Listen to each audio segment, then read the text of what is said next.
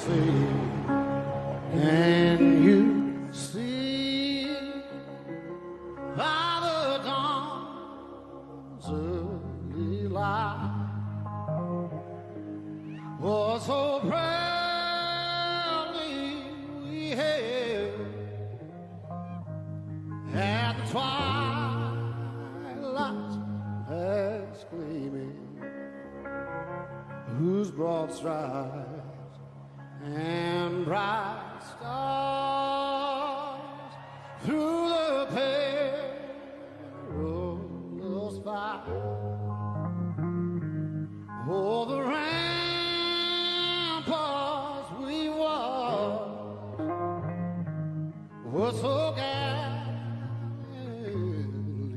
streaming, and the rockets regular amongst birds singing out, yeah, through the night that our flag was still there. Oh, say, does that star-spangled banner yet wave? Oh, the land of the free and the home of the brave.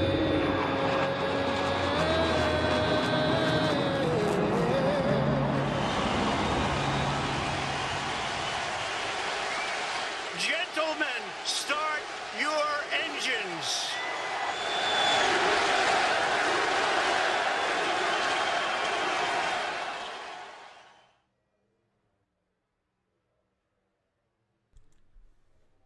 Here we go again for the All-American Cup Series on the CSR Broadcast Channel.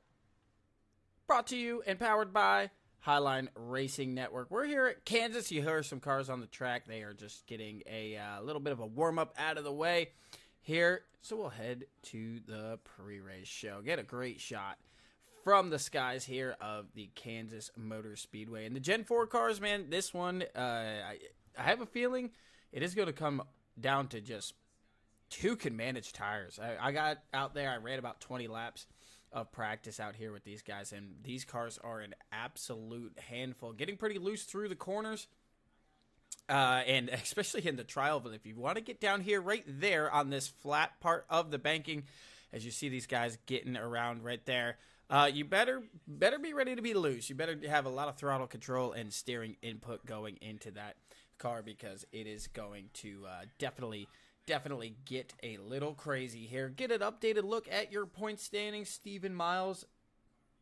did in fact stretch his lead out just a little bit over Christopher Heller last week. Casey Carrington, Connor LaFrance, and Justin Thompson, after a couple rough weeks there, and the driver of the 3 car has fallen back to 5th. Just 3 races ago was your points leader with a pretty decent lead. It was still a close battle, but now now 89 points out of the grabbing that back, and with just a couple races to go, going to be pretty tough to get back up there, especially with how well Stephen Miles has been running as of late. Well, keep going through here the pre-race show. The cars are out there on the racetrack right now. They're gonna go ahead and do their warm-ups. They had like a little bit of a heat race there to start, and now the rest of the guys are out there getting the last final touches, I should say, there for this evening's race here. We'll pull up the schedule. As you can see, last week, Talladega, Craig Martin grabbing the win last week, and now we are at Kansas. Then we head to Richmond right before the Thanksgiving Day break. Atlanta, Rockingham, and Homestead. So after tonight, only 4 races will remain in the schedule. So if you want to go and make that move to get yourself in a better position for a run at the championship, well, it's going to have to start here tonight. You're definitely going to have to capitalize on points and, stay out of trouble. Hopefully, if you're in the championship bid, you put your laps in here for Kansas because, like I said, this is going to come down to a handling race more than a just pure raw speed race. So this one's gonna. I have a feeling the first little bit of this race could get pretty wild out here with the handling issues that seem to kind of have crept up in this one. A lot of guys they sell out there as well, just trying to get used to that as well. Well, these guys wrapping up that last little bit here. No Tommy Rogers with us tonight. He is busy working on a couple things. Trying to finalize his season. That will be on Sunday nights. Check out the Highline Racing Network Discord as well as the All-American Cup Series Discord. These guys got a ton of stuff, a ton of talent also in this league here. I mean, Casey Carrington's doing a great job putting this all together. Some awesome shots here from Kansas. Well, get a little bit of details here for tonight. We're expecting, the runs here on fuel and tires to be somewhere in the 35 to 40 lap range. On fuel, I should say. I think some of these guys are going to be really worried about making it there to that fuel window with the tire fall off and the wear that they're going to have tonight. They only have 4 additional sets of tires than what is on the car when they go to start the race, and 3 green-white checkers as well for this one. 36 cars will take the grid, and while we are talking about getting ready to take the grid, the guys are going to go down here and get ready to take the grid here this evening. We will get your starting lineup for this evening up here on the screen. You see it. They're bringing up the back of the pack, Steve Melnick down there. That is surprising to see him that far down, but we'll work our way towards the front right now. If it wants to move. There we go. Jordan Fisher just going to start just inside the top 20 there. Some names. Dayton Taylor with a surprising qualifying effort being 31st. Moving along. Daniel Giroux in the 92. A good run here. And you see the times all the way back to 16th. 17th. Under a tenth of a second. Lilith Peters starting 18. And Michael Mullins in the 64 machine will grab the pole by 4 1,000ths of a second over Ken. And Curtis White has had some heartbreak lately. We'll see if he can get it done here this evening. Go back down here, get you on your grid cam because these guys getting ready to roll away. And there they go. Getting ready to get this one fired off at Kansas. Gotta imagine this one's gonna be pretty good here. We got rid of the border up there at the top of your screen for the MOTD race. Now, we got in here tonight, and then everything went sideways with iRacing. It did not like that we removed the border for some reason from the other night, so everything was looking a little distorted out there. But as the final car rolls away here, now you'll get a look at the front of this grid here. Mullins in the 64, putting it on the pole here this evening. Gotta imagine that clean air is going to pay off pretty largely here this evening. Casey Carrington and Justin Thompson having good qualifying efforts as well inside the top 10 here this evening from Kansas. You see these guys are trying to get some heat in these tires. It was slick in practice on new tires. But imagine you don't want to do too much. You don't really want to start the wear off out there. And let's make sure we get the sound up for it. Let's get your live scene because they are away for 134 laps from Kansas here this evening.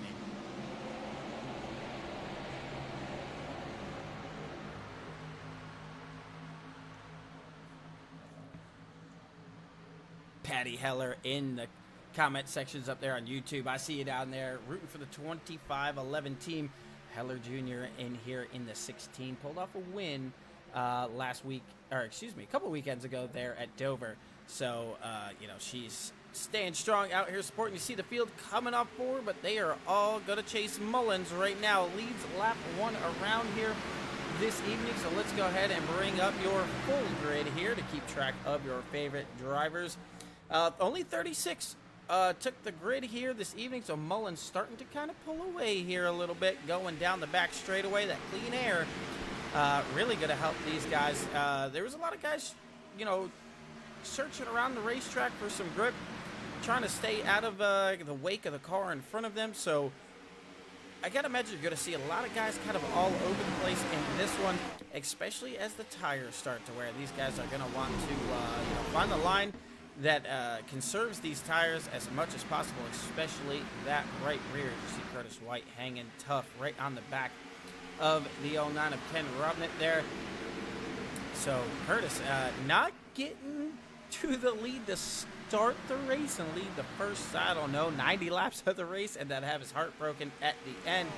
But right now, riding in P3. Get a look back here through at some of the action throughout this field. Almost 3 wide, just a little further back. They get it sorted out before they head off into the corner here at Kansas. See some other guys. Dayton Taylor, Willie Peters, again, another person that we were not expecting. Oh, and there goes the 12 for a big slide. Oh, the camera moves right as soon as we get there. Oh, John is going to be hard in the inside wall. Going to suffer some pretty good amount of damage. iRacing not going to throw the yellow flag for that one. Saw him get loose off the corner. So since we're not going to officially get the yellow, quickly try to go back here, see what happens. Dayton Taylor's going to be in behind him. He's just going to get that loose off the corner. Oh, small contact there from the 31. May have helped him from actually just ending his race there and soften the blow on the inside wall. But nonetheless, not where you want to be. Look at a look back out front as Mullins continues to pull away. Had a strong run last week at Talladega. So trying to ride the momentum from last week into this one as he goes blazing by the camera here this evening. Gotta go get a look back here at Casey Carrington with the side-by-side battle with Connor LaFrance, a guy who dominated last weekend at Talladega. But unfortunately, oh, Mr. Cameraman, what are you looking through the inside wall? Oh, Lilith Peters and company, a lot of guys out of shape. Heller Jr. super loose off the corner back here. Oh, and then we got one around as well. Oh, can't tell who that is just yet. Austin Bloom is gonna go around here. The camera, the iRacing really just not keeping up with the wrecks here tonight. So let's bring up your instant replay here. Let's see what we have going on back here. Try to get a little bit of a better camera angle of this one. 33 just in behind. We'll put it live speed. We'll see. Oh, yeah, Heller Jr. Just something happened to him, and then the 53 just got to run and just got to turn the 45 around. Some of these guys got to suffer a little bit of damage here, but let's go back here. Let's see if we can see what happened to Heller up here. He is going to have some, oh man, he's almost facing the outside wall there. So I think he's going to get loose up off the corner here. The 18's definitely tucked right in behind him. May have taken some air off the back of that car. Yeah, he's dirt tracking it off the corner. Wonder if the rear of the car slaps the wall and kind of gets him up there. The 18 in the fence as well. Yeah, the rear end, he kind of does the old fish slap there, the fishtail slap. And then, oh man, that car should have nosed in the wall hard. He does make some significant contact, actually. Now that we get a look at it, that is what's going to lead to the stack up. We saw these guys fanning out, and then up here with the 53 of Cody Anderson, he's just going to drive it up in the corner. I think the 45 checks up a little bit more than he was expecting, just with the low entry there into 3 and 4. Going to get some damage in that one as well. Actually, a lot of damage there to the 53 Pabst Blue Ribbon machine there. So we'll get a look live back at the field here, so you have some of these guys coming on and off pit road. If you're Patty over there in the comment section, that is not the start you wanted to see, as you got we got Rosenberg here on and off pit road. Nick Gowan, I believe, has also come on. Justin Ray, Dominic Russo. Oh man, that camera's really does not like us here this evening. Yeah, Russo in the Kyle Busch, well, yeah, that was a Kyle Busch car. On the Gen 7s, not on the Gen 4s, but looks good on the Gen 4. So Mullen up front, unfortunately, going to have the lead. He started to put out there away. That is one of the things, you know, if you're a guy who, you know, puts it on the pole, maybe you abuse those front tires for just a lap or two, try to get yourself a gap, get that clean air, and then maintain it from there.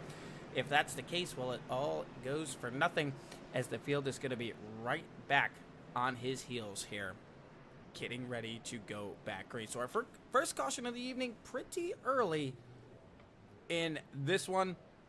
Matthew Weeks, a good run as well. He's lining up in the 4th position right now. Jordan Fisher up here in the 39 machine. He is up 6 spots early. Dayton Taylor may just been a bad qualifying effort for him, because he is already up 10 spots as well. So the 99 starting his move forward. I want to get a look where Lilith Peters is. She's still just about where she started, up 1. She started 18th, but is 17th right now. Surprising to see her struggle in qualifying. But maybe just needing to get some laps under her belt, and then we might see her up at the front in just a little while. Well, Mullins going to lead them back off of turn 4 here to get us back under green here at Kansas for the All-American Cup Series. They're about in the box, and they are back to green, completing lap 9, heading into 10.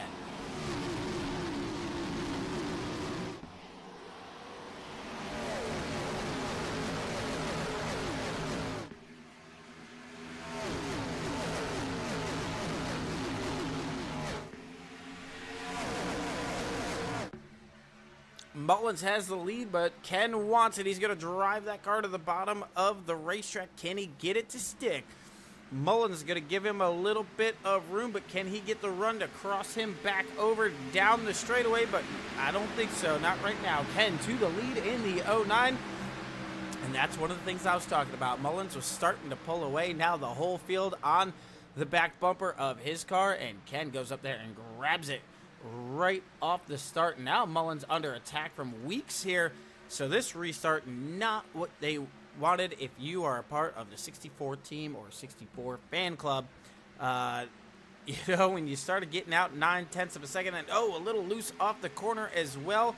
Curtis White looking to pounce as well. Connor LaFrance starting to move forward a little bit as well. Justin Thompson just out there on the outside. Hunter Senior right there in the 42 car. That thing's looking pretty good out there. Casey Carrington down the inside. And we're definitely going to have to try to find ourselves a camera that really captures these cars coming off the corner, because, boy, they are a handful.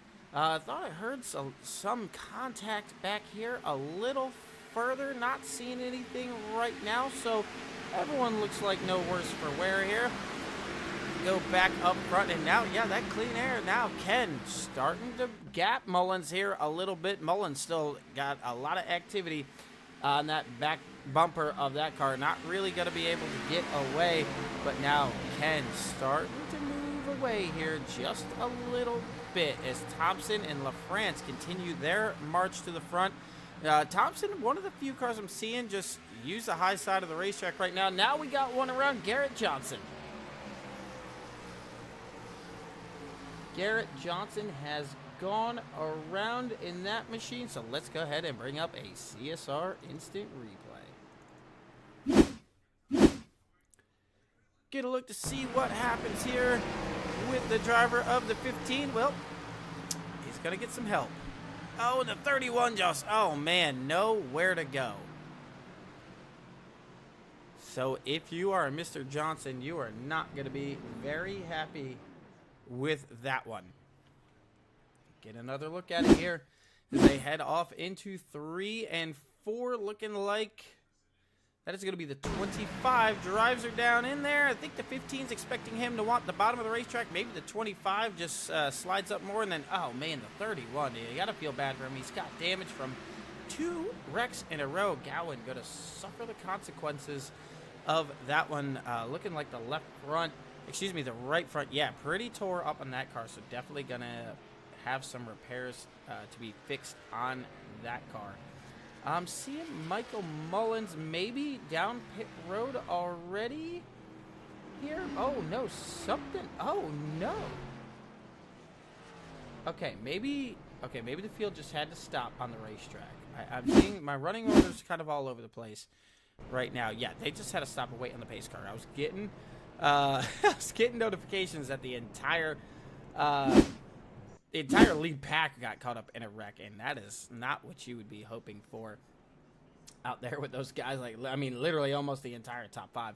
But yeah, I think some guys now have gone to pit road, including, I believe, Mullins has gone on and off pit road because he has dropped in the standings. Let me just look to see here, just to confirm. Yeah, Mullins being scored in 27th right now.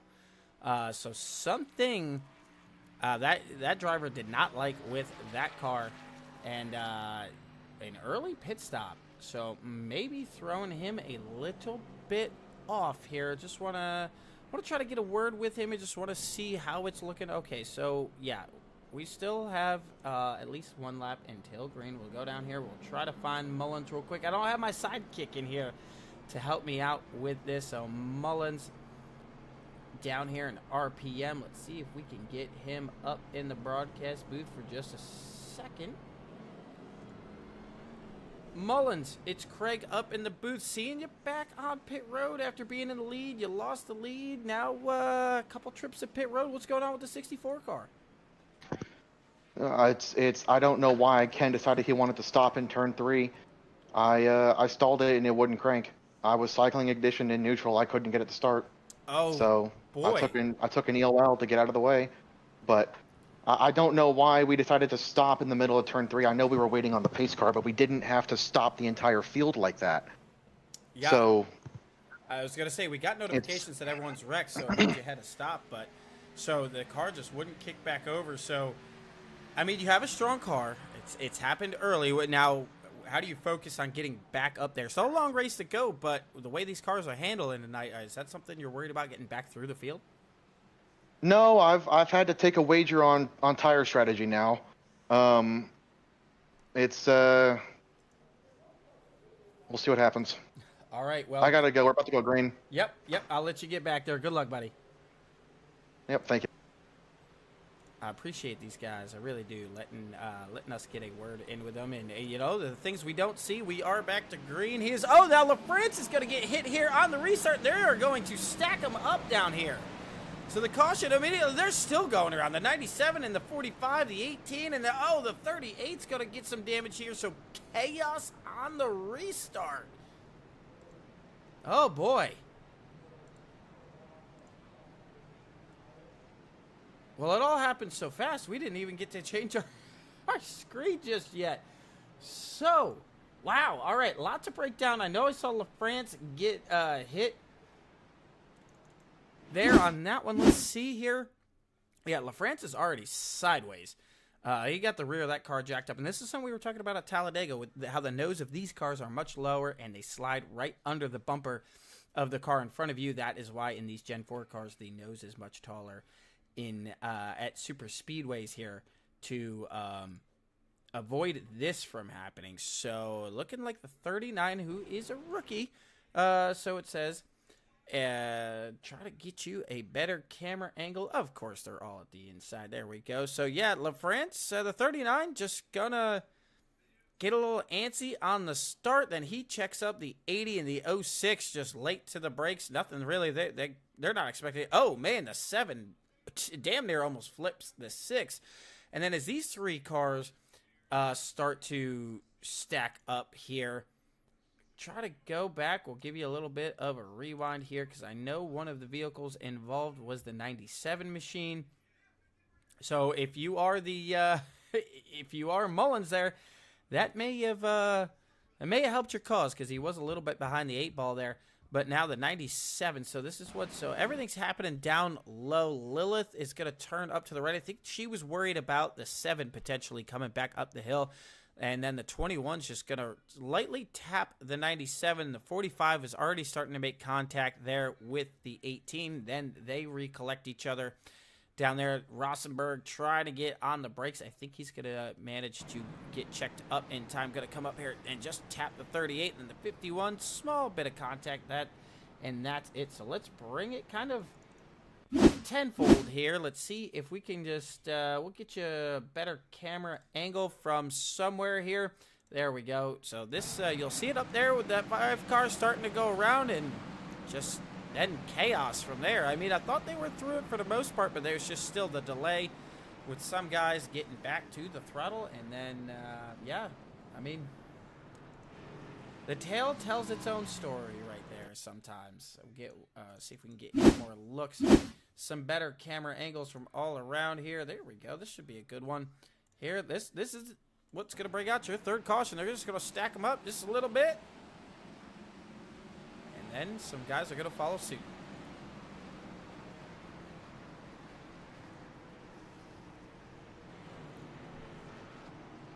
So, quite a bit of a dynamic change here. The first few laps of the race looking like guys were settling in. Heller hit the wall early, and then that caused the first caution, and it's been the tale of kind of, you know, as Tommy Rogers liked to say, attrition right now, because our third caution just a few laps in. Not what a lot of these guys want to see. Now I'm seeing a lot of guys were on and off pit road. I think a lot of them involved in that, maybe just trying to fix some of the damage that they may have gotten in that wreck there. So we got more camera angles, I think, than we've ever had. We've put a couple extra ones in here, so we're going to play with all of them because Kansas is weird from the broadcast element. The usual camera 1, 2, 3, as you can tell by when we go to camera 2, it likes to be behind the wall, so we'll keep playing with them, try to find the ones here before the end of this one that we're going to just most definitely use more often, as Ken is going to lead us back to green. We'll see if this restarts a little bit cleaner. They're away. So far, so good for the field. Get a look from higher up here as some of these guys get these cars going down the racetrack here. So much cleaner this time.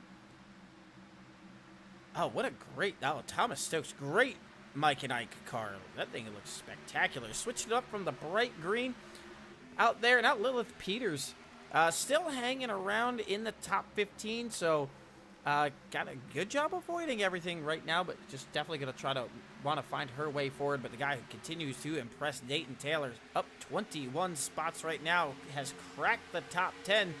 So got to imagine at some point this 99 car will be a contender up front, ripping the high line in that Carl Edwards car. You know Trevor Haley's loving that. The 6-0 thought about maybe doing a little bit of a slide job there. Thinks better of it. So Ken continues to lead. Matthew Weeks, Curtis White, Casey Carrington. A huge run there for the 3 on the outside. Think he's going to have to stack up a little bit. I think he got a better run than he kind of was expecting there on Curtis White, as the 9 kind of stalled him out in the middle of the quarter. Oh, small contact for Thompson as he gets down into the quarter of turn 1 here in the Good Run Plus machine.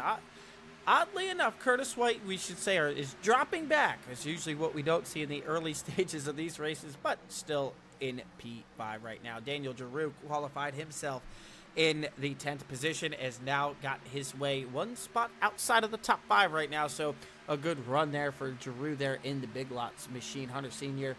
Still hanging here in the top 10, but under attack from Jared Hutton and Dayton Taylor.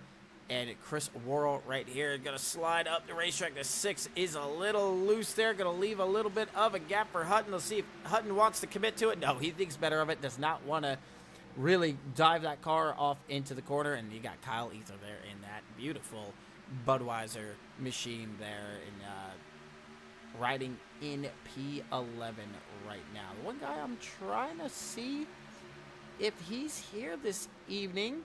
As we continue to go looking through the field there, you got Stokes and Murphy right here. Dylan Rosberg in the 91.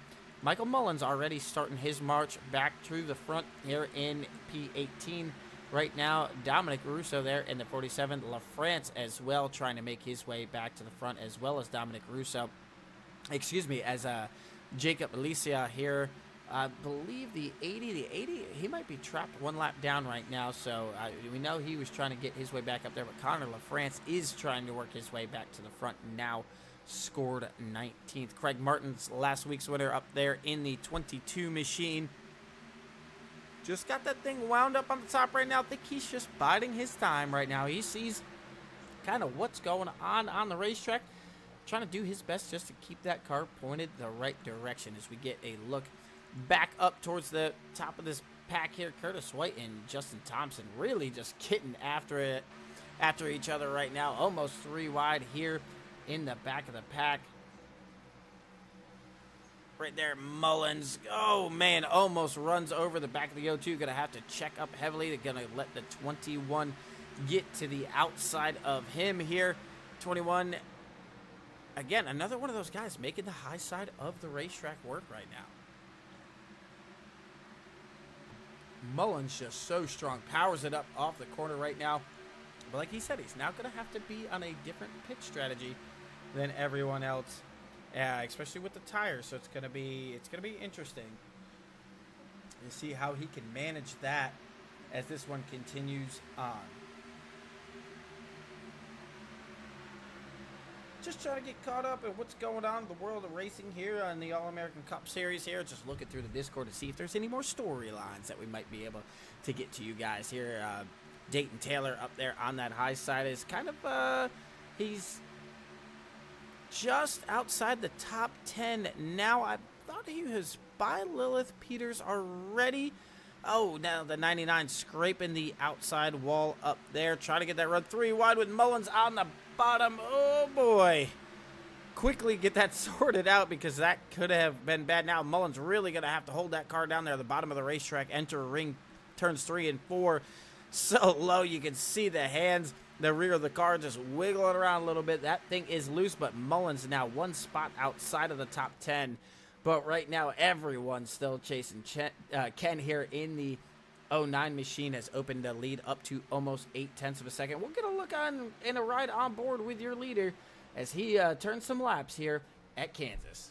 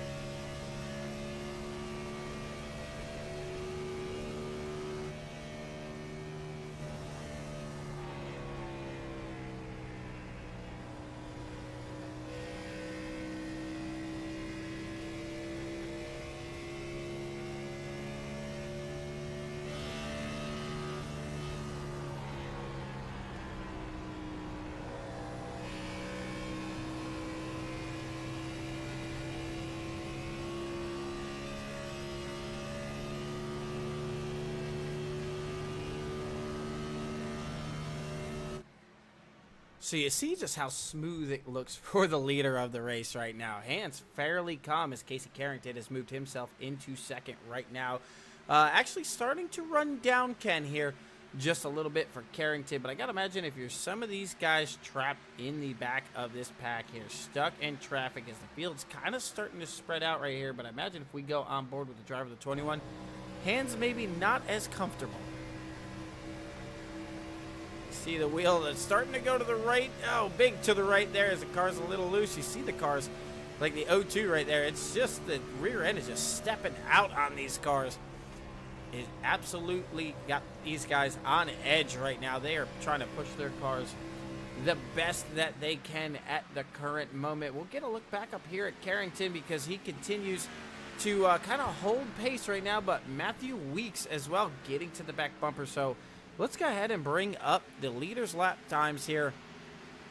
So Ken there beating Casey the last 2 laps around. So now Weeks gonna go ahead and try to make a stab at it here. Still, Ken, it looks like the fastest car on the racetrack. These guys getting side by side has allowed Ken to open up almost 0.2 of a second immediately over these guys. So as quickly as Carrington was starting to make headway now, he had it down to 0.6 of a second within just a lap or 2. Now has opened it up to 1 second over P2 and 3 right now. Curtis White back here as well. One of the closer lap times to the leader right now. But I got to imagine the draft has a little bit to do with that. But right now he is 1.4 seconds off the lead here, and Justin Thompson out here as well, just about a tenth slower than your leader right now. We'll get a look back up front here. So yeah, the last lap around a 7. So looking like Curtis White, as of the last lap, was one of the fastest cars on the racetrack, maybe the second fastest car, but this lap definitely a bit of a change. Has brought that down to a 31.9 for Curtis White there. So another thing to get a look at, because now we've run some caution laps, but we've started to put some green flag laps on the board here.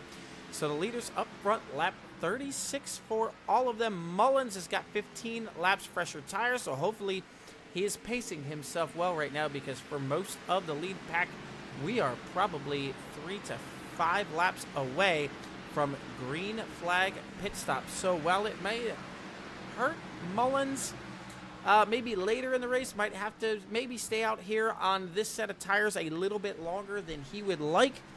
Gotta imagine for him, if he was to get a caution timed just right, this could actually work out in his favor. It's just really gonna take a little bit of luck, I think, there for Mullins for this to kind of play out, with needing to go down and take those tires and fill up on fuel halfway through the run, which isn't what he wants, but he's got a long time to overcome and readjust his schedule, as we are just about to complete lap 39 and head to lap 40. We got to keep an eye out of when your leaders start to make their way down pit road, because it's also looking like it's pretty tricky to get on and off pit road here at Kansas. These Gen 4 cars, they just have so much horsepower that the rear tires love to spin, especially coming off the pit road on cold tires, and then trying to get these cars checked up getting on the pit road, because I mean they're pulling some serious speed down here down the straightaways, 190-ish, yeah, just shy of 190, and these are on old tires here for the leader, all the way down to 155 before you start to pick the throttle back up. So while we guesstimated somewhere around 35 to 40-ish, I gotta imagine some of these guys, especially with these old Gen 4 cars, it really depends on if you're backing out of the throttle early, if you clutch a little earlier than somebody else for maybe 10-15 laps, really trying to extend your fuel, especially if you're somebody like Mullins. That might be that might be the move for you. You need to make these tires last as long as possible, so if he can stretch the fuel load out, maybe that will get him right back to where he wants to be. Ken not pitting this time, but we do have the 92 and the 66 on pit road right now. Stokes pulling away in that Mike and Ike machine out there, looking like some more guys starting to make their way on pit road here, but your leaders stay out. So let's stay up front for now to see what these guys are doing as far as their strategies go. Matthew Weeks starting to slightly reel in Ken here in the 11 machine, but looking like this time he is going to check up. Yeah, he was a 10th or so faster last time. So now Weeks, Carrington, White, Thompson, LaFrance stays out. Yeah. Oh, man. Yeah, Curtis White, Thompson on pit road as well. So looking like this whole team, or I should say gang of cars coming in together. Chris Worrell, Hunter Sr., Lilith Peters, Dayton Taylor, all on pit road as well. So a good 7-8 of your leaders on pit road here this evening. Get a look to see up pit road. Your leader is now coming in. You see him. Oh no, I think your leader Ken is around back here. He slid big time coming onto the pits here. I know it's unprofessional, but we got to do it. I saw him coming in. I saw at the very back of the screen. He's trying to get it checked up. Got a little rear brake. Oh man, besides the slide, I believe he's going to end up with a speeding penalty on that. Maybe got lucky and got it checked up. We're going to have to see here. He still has not got back into his box yet, so that is something we're definitely going to have to keep an eye on. LaFrance as well. He's kind of in a similar position as Mullins. He pitted right around the same time. Yeah. So only 2 laps sooner for the 5 car. So Ross, I'm just trying to get all the data is changing so fast as these guys are changing positions. So there's a couple guys kind of in the same boat as Mullins, who has cycled his way back to the lead right now. So could be a good thing. Could still potentially not work out for the driver of the 64, but if there's anybody who's going to overcome it in this race, it's going to be Mullins and LaFrance for sure, especially with strong cars here. We're going to have to go back here and see about Ken. Yes, he is unfortunately getting the hold here on pit road. So what was a strong race for Ken now has a mountain to overcome here this evening as he starts to pull away. Now the big question is for some of these guys who were involved in these wrecks earlier, like your Christopher Heller Jr. here, looking like he got most of the damage repaired to that. The 47 machine, who just kind of stayed out of it. The 28,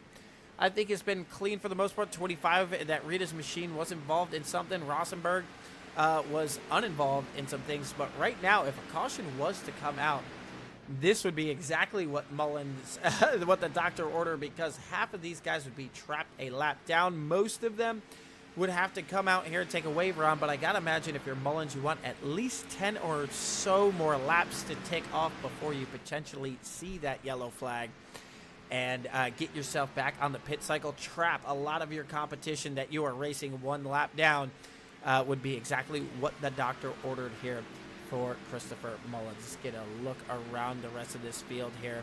Let's check in with some of these guys. What's going on here? Got some side-by-side action. For the most part, the field is pretty spread out right now. Get a look at that right now. Here we go. So, yeah, we kind of got cars everywhere on the racetrack. Oh, the 80 right there. Big move. He's going to hang on to that one. So, woo, big moment there for the driver of the 80 machine there. But yeah, basically the only spot there's nobody in right now is turn one, and now there's a car in turn one. So these guys really spread out after this green flag pit stop here this evening. Well, try to get a look at, oh, I just heard some contact somewhere. Yeah, the caution flag is out. Yeah, I heard something. Looking like Jordan Fisher may have gone around. So if you're Mullen, does this help? Does this hurt? Because most of the guys are going to take that wave around. They haven't been out there too long. If you're Mullins, you've been out there 34 laps. So maybe, just maybe, this works out for Mullins and LaFrance here. So let's go ahead and let's get it queued up. See what happens to Fisher back here. Coming at a 4 here.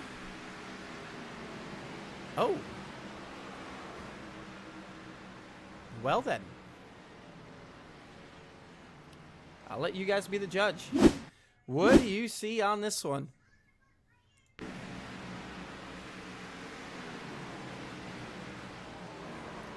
mean, the 39 may look like he was coming down the racetrack just a little bit.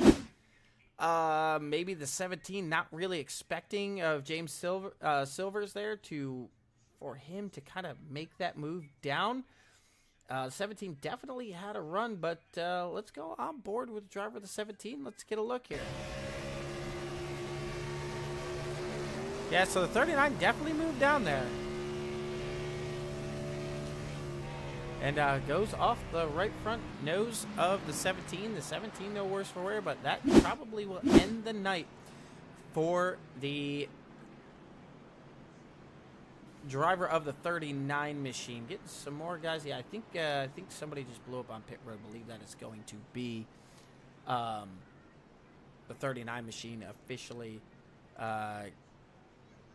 out in this one. So LaFrance, Alyssa, Rosenberg. So all the guys who had not pitted yet now on pit road here. I'd be curious to see what Mullins' opinions are of it all now, because most of these guys are going to be able to take the wave around, your Casey Carringtons and so forth. Just about the entire field here, I believe, is for the most part going to be able to take the wave around right now. But for Ken, gonna be trapped, I believe, still at least one, possibly 2 laps down. So right now, Heartbreak, yeah, he's gonna be 2 down at this point. So now that Mullins is back on the racetrack here, let's see if we can quickly see if we could bother him one more time and kind of get the update from him here. Well, lottery. Won the lottery. Yeah. I was going to say, how are we feeling now? The only thing that I don't have going for me is I've now got 2 sets of tires for about, 2 sets of tires after this one. I'm on a fresh set now, but, sorry, there's some confusion going on with the delayed green here. That's all right. Anyway, yeah, this is a fresh set. I got 2 fresh sets after it. I think the rest of the field has 3, so I might be down a set on tires with this this cycle here. So, I mean, but yeah, almost lucky break. perfect. Almost perfect. You were kind of in your pit window. I'm sure you kind of wished it went another maybe 6 or 8 laps, but I was gonna pit. I only had 6 laps of fuel left. There you go. So it was close enough. Yeah, so like you said, you're down a set. I mean, you were starting to drive your way back through the field anyway. You were, I believe, 8th at that point. So I had just cracked the top 10 before the pit cycle began. Yeah, so not the worst thing in the world, but were you almost hoping that there was one car that would stay out in front of those lap cars and pin half this field one lap down where that extra set of tires wouldn't matter? I will take any ounce of luck I could get, okay? I don't even need it. This was more than enough. If the race turns out the way it started because of this, it's a blessing from the racing gods. This is a Christmas gift that I honestly don't think I've ever gotten before in a league before to this degree, so... Well, no, this turned out fantastic. I'm glad to see the changing of the tides here for you, because that car is bad fast. I'll let you get back to your team. I'm sure probably at this rate you're kind of hoping for not many more greens with those guys having an extra, or not many more yellows with those guys having an extra set of tires on you. There's probably going to be more cautions because it just seems to be the theme of the race, but it could go green to the end and I'd be happy, tell you what. All right, well, good luck, man. Hopefully we're talking to you in victory lane later. Hey, I appreciate it, man. I'll see you later. Take care.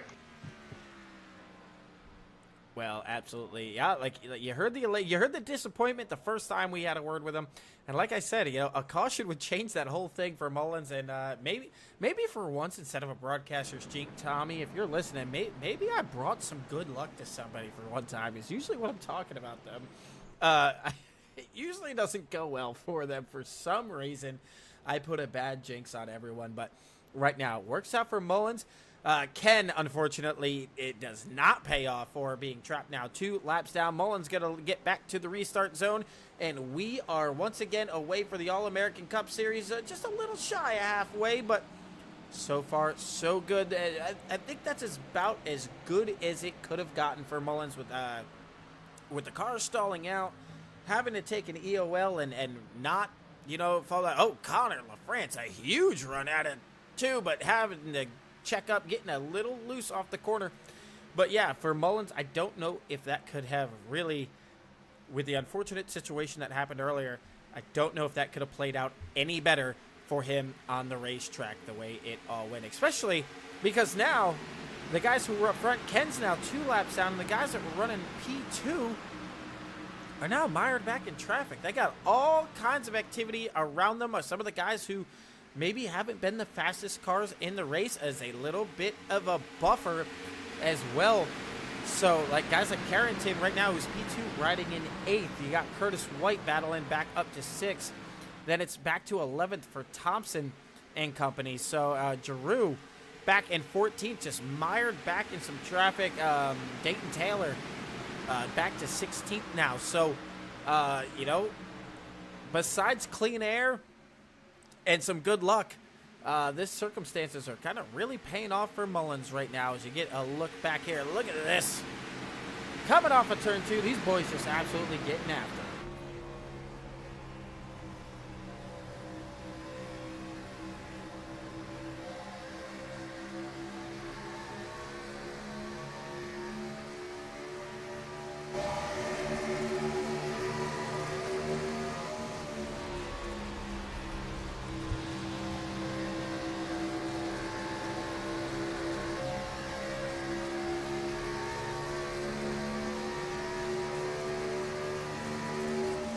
You see it there, almost 193 heading into 3 and 4 for these guys. That fresh set of tires, some newfound confidence, some grip, carrying some momentum off the corners. We're going to look on board here with Thompson because he's going to get a big run up off the high side. Yeah, go. Whoa, hanging on to that thing. So Thompson pretty loose right there. I said in the trial oval, these cars are a handful on fresh tires, and you saw it there. Thompson, great job saving that machine out there. So Hunter Sr. right here. You got some guys kind of, I think, mixed up in here. The 80 car is scored 25th, one lap down. Okay, so, all right, that is what it is. So the 81 lap down there, just trying to kind of get a look through here. Jacob Lisi out there doing a good job. I believe he was still somewhere around the top 10. Now got that car up front. Has been able to hold off LaFrance here in the 5 machine. Rosenberg, likewise. Some of these guys were mired back in traffic, and right now, some of the guys that were up front, not really able to get through the field as quickly as I thought. I know for Carrington, he's been out there a couple more laps on this set of tires than this lead pack as well, with them have gone down pit road. Yeah, so he's got 8 more laps on the tires, so maybe knows he just has the long run speed, maybe just going to baby these tires just so at the end of the run that 8 laps more on these tires aren't as significant for the driver of the 9 and 3 likewise. Curtis White just really struggling to get through this traffic right now. Just pinned down here. The car maybe not liking all this dirty air around him. And then we'll get a look here with Dayton Taylor. I want to get a ride on board here with him as he rolls through these corners. I was gonna say we'll get a look to see just how close he is to that outside wall with him running the top of the racetrack. He has been one of the closest cars to that outside wall. As the 45, the 80 gonna get close. The 06 gonna, wow, what a job hanging on to that thing right there. That could have wiped out several contenders here this evening. Does a great job hanging on. I was gonna say the 99 is one of the cars I think I've seen the closest to that outside wall, with maybe the exception of Thompson here in the 3. Really had that thing in the old Kyle Larson lane up there, wound up against the wall as the 38 machine, another lap down car, as he got caught up in an incident earlier. The 25 we saw caught up earlier as well are, I'm not going to point blame. I'm just going to leave it as caught up, but a pretty badass looking 25 Ritas car there. I like that. That did a nice job with that car. The thing looking pretty sweet and has it inside the top 5. Rosenberg up 32 positions. Brandon here up 24. And Dominic Russo there in that 47 machine at the current moment up 29 spots. Dayton Taylor still continuing to try to get his march to the front, officially on board here as he's still up 19 spots. There you go. He has got this thing hung up there by the wall. Oh, of course, I put it on the left side of the car. We got to get on the right side. You see there right next to the safer barrier. We're actually through the safer barrier because he has had that car just absolutely wound up here.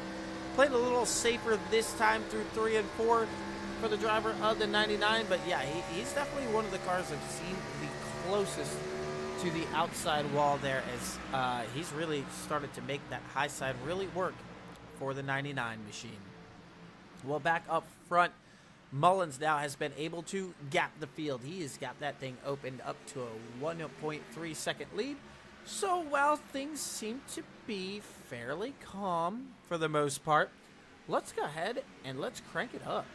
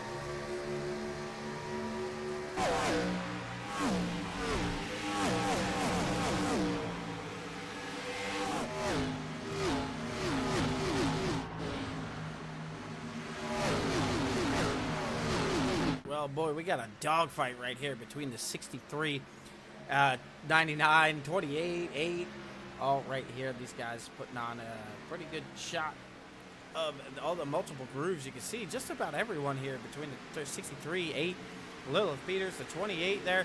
All these guys and gals running different lines. Kyle Ether gets a little out of shape coming off of 4. Going to get some guys to the inside of him now. And another guy who I'm not sure how he ended up here was an absolute rocket early in the race, especially late in these runs. But Matthew Weeks now, down 11 spots, sitting in 15th. Kyle Ether right up there against the wall. And, oh, man, it's still such a heartbreak right now. Ken being scored 2 laps down back here. You can still see the strength in that car as he's continuing to eat up some of the field. Might have to try to do it the old school way, but unfortunately a long ways away from getting back to Mullins to get one of those laps back the hard way. Our winner from Dover, Christopher Heller Jr., having himself a fairly quiet night for the most part, except for the one incident off of 2. Right now, riding in 18, so some of the guys we've seen pretty strong, like Heller Jr., Weeks, Kyle Ether, Lilith Peters, Dayton Taylor. Some of the names we've seen kind of dominating the first portion of our broadcasts here for the All-American Cup Series. Struggling a little bit here tonight, including this guy right here, Curtis White. Had a great qualifying effort, but right now these guys really kind of stuck right now.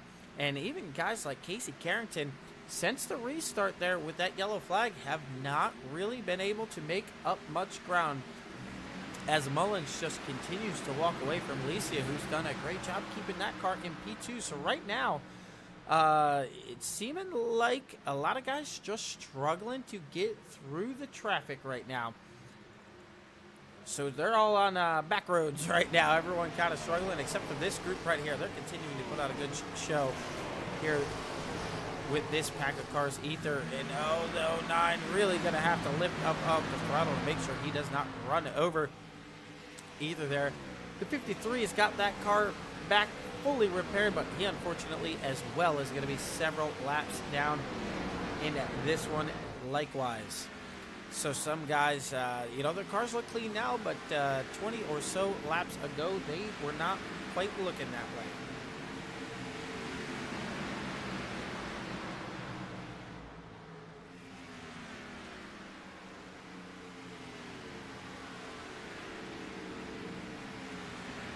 Oh, the 42, real close up off the corner there. But these guys still continuing to just kind of search right now. You see several guys just moving all around the racetrack at the current moment. I think just trying to search for ways to get by. See Ether kind of using this middle groove right now. The 06 running just about a half a lane up higher right now. And, if you're Mullins, this is what he said he wanted to see. He wanted to see green flag laps being turned. But now we could be kind of in the opposite right here. These guys come back down pit road and then cycle through. Then he has to go down pit road, and there is a yellow. It could be the opposite. But then again, in my head, I think right now I know he's down one set of tires than the majority of the field right now. But this might play right into his hand because these guys, like your Casey Carringtons, let's bring this back up here. Casey Carringtons, your Curtis Whites, your Dayton Taylors, they've been out here 8 more laps than you, so they're going to have to come down pit road 8 laps sooner than Mullins here. So, if he gets a caution, they could be in the same exact position where they're putting green flag laps on their tires before Mullins comes down pit road and gets his fresh set there as he gets a little loose up off the corner. So right now, things looking good for the driver of the 64 car as he's now continuing to put some laps up there on his ticker, putting himself in position to get the most laps led right now. I believe the only other guy who even can come close to that is the 09 of Cannon. Looking like Dayton Taylor on pit road as well. So early pit stop there for Dayton. Going ahead and grabbing his 4 tires. We'll get a look at some more of these guys here. That's just the one stat I was trying to grab, but I just noticed Dayton was on pit road. The only other guy, 33 laps. So Mullins definitely carrying the flag right now for the most laps led in this event. So we're definitely going to have to keep an eye, because we are in the window for guys like Casey Carrington, who really made up a couple spots since the restart, but has not really been able to find his way all the way back up inside the top 5 just yet. Oh, so in a surprising twist, Mullins on pit road first. Could this be part of the strategy he has implemented to not let these guys turn faster laps than him? I mean, when you're out there on those old tires, there is a drastic speed difference. Here, we'll see if we can bring up Dayton Taylor in his last lap time, because I know he has been on and off pit road already. Here, we're waiting for Dayton just to kind of come back around here. It will show the difference. So the leaders was a 32-1 when Dayton crosses the start-finish line. We should get updated timing and scoring for him, just to see what kind of difference is, at least almost probably approximately about 1 second between, there you go, 1.4 seconds difference. So if you're Mullins and you stayed out there on those set of tires, that could have really let those guys eat into the lead. So I think he just wants to maintain that fresh air, so maybe why we saw Mullins on pit road so early. But the opposite for LaFrance, he is going to stay out here. Remember, he got spun on that restart, as Casey Carrington is now making his way on pit road as well. So LaFrance, oh man, getting a little bit of the outside wall there. He had to pit. He's in a similar situation like Mullins. Unfortunately, his was due to incident on the racetrack. Went for a slide. Believe he also is going to have to has one less set of tires, but looking like he's going to try to stretch this this set of tires as far as it will go. For the driver of the 5, he does have a comfortable 3.2 second lead over Dylan. And then the guys with the freshest tires, still some significant ways behind. Actually going to be trapped 1 lap down right now. So I don't hate this move here by Mullins. I think, by LaFrance. I think he's trying to stretch this out as far as he could go. Maybe once again get lucky and get these guys trapped 1 lap down. Because now, I believe, Mullins is 1 lap down. He is just through the start-finish line, so he's still about a little over a third of the racetrack behind LaFrance. It's going to take several laps for him to even get there to unlap himself the old-school way. But for some of these guys, still maybe 6 laps from coming down pit road.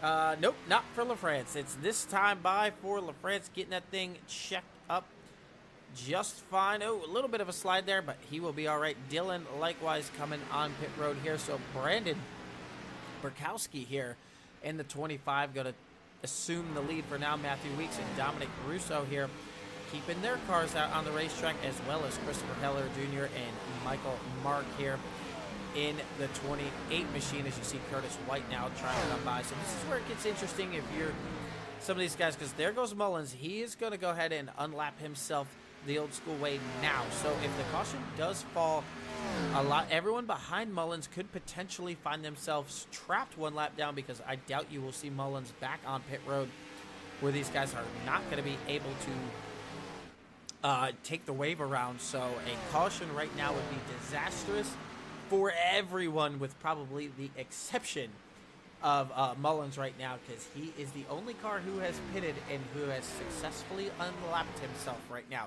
So if the caution falls, you could have about only 7 or 8 cars potentially on the lead lap. So I think if you're everyone out there on fresh tires, you're giving each other a little bit of extra room out there, as Weeks has found his way on the pit road, as well as the 53 just in behind. So we'll keep an eye on when Brandon starts his way down pit road. Got to imagine it'll be in the next few laps for the driver of the 25, but going to go ahead and get out there and grab himself the lead. Unfortunately for him, though, if we look at the difference in speeds, it is probably going to be fairly significant. Yeah, 1.3 seconds every single time around the circuit right now. Difference between Brandon and Mullins. So this, if this cycles all the way back out for Brandon, he could find himself in a major hole as Dominic and Heller Jr. now on pit road as well. So remember how we were saying Casey Carrington and company really hadn't made up a ton of positions on the racetrack? This cycle here, with some of these guys staying out much longer, definitely going to propel them forward. But unfortunately, again, here in 30 or 40 laps, could be what the doctor ordered for. And this is the other thing. I'm now looking. The 25 is going to come out of his pit box and cross lap 90. Could this, if this stays green, potentially be the final pit stop here for the 25? Mullins might be close. Mullins might have to do some fuel saving. If this stays green, Carrington and company, who have already been on pit road 10 or so laps ago, they might not be able to make it. So could the 25 be playing the long game here? Could he see potentially what his fuel window is, stretch it that extra couple laps at the end of this one?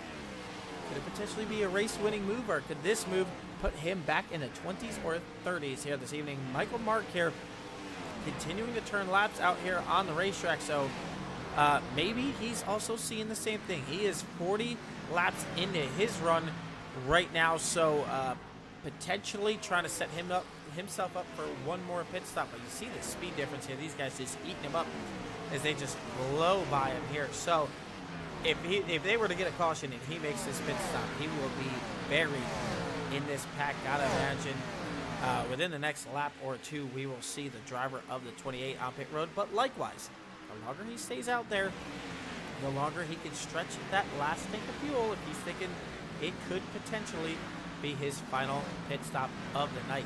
But the speed differences right now for him is massive.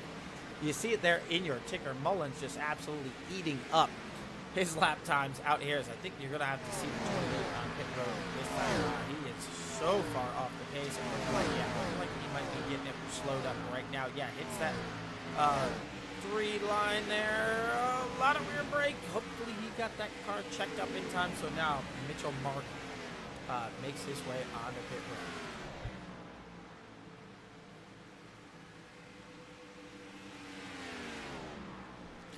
So that will bring the lead back to Michael Mullins here, now with a huge lead over LaFrance. So again, part of the strategy, maybe he realized here he could stretch it.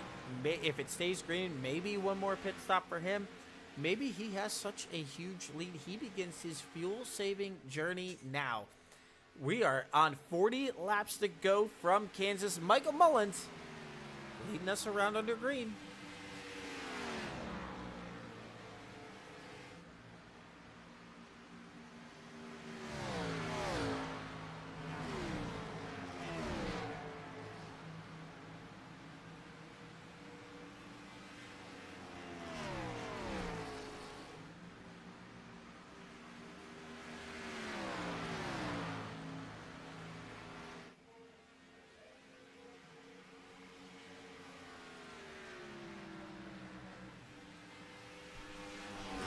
Once again, if you guys are watching on YouTube, hit that gear wheel down there. Right this thing up to 1440. It is being broadcasted in 2K here this evening. So, the quality goes through the roof if you go ahead and change it over to the 1440p out here in YouTube land. Twitch, you gotta get on board here. You guys gotta get us up in the 2 and 4K range. It just puts out a lot better content out here. So Mullins continuing to just dominate this one. Now has himself over 50 laps led here this evening. A 6.1 second lead and continuing to grow out here. Carrington, we'll go ahead and get a look at the lap times between the leader and he's about a tenth of a second faster right now on the racetrack, but that is, you'd have to keep that pace, maybe pick it up a little bit in the last 40 laps if he's going to end up having a chance at catching him, if barring no pit stops out there. So that pace isn't going to be fast enough to run down Mullins just yet. LaFrance, however, his last lap around was a tad bit faster than your leader, as he is knocked off 0.3 of a second. But again, could this be Mullins just saving fuel right now? Let's get a listen on board with the driver of the 64, see what he's doing to get himself the checker flag here this evening.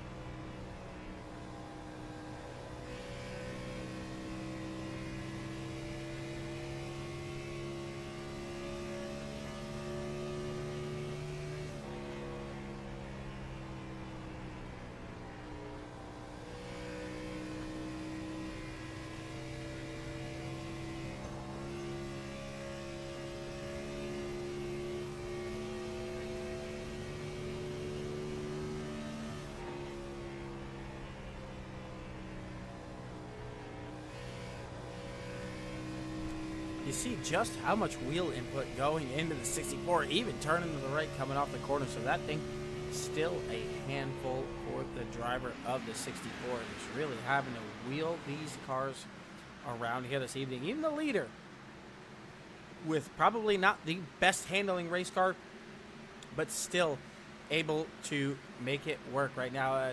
LaFrance is really beginning to eat into the lead time here. Yeah, 0.4 of a second the last time around. So is this Mullins just trying to make this set of tires work? You saw just how much wheel input he was putting into that car.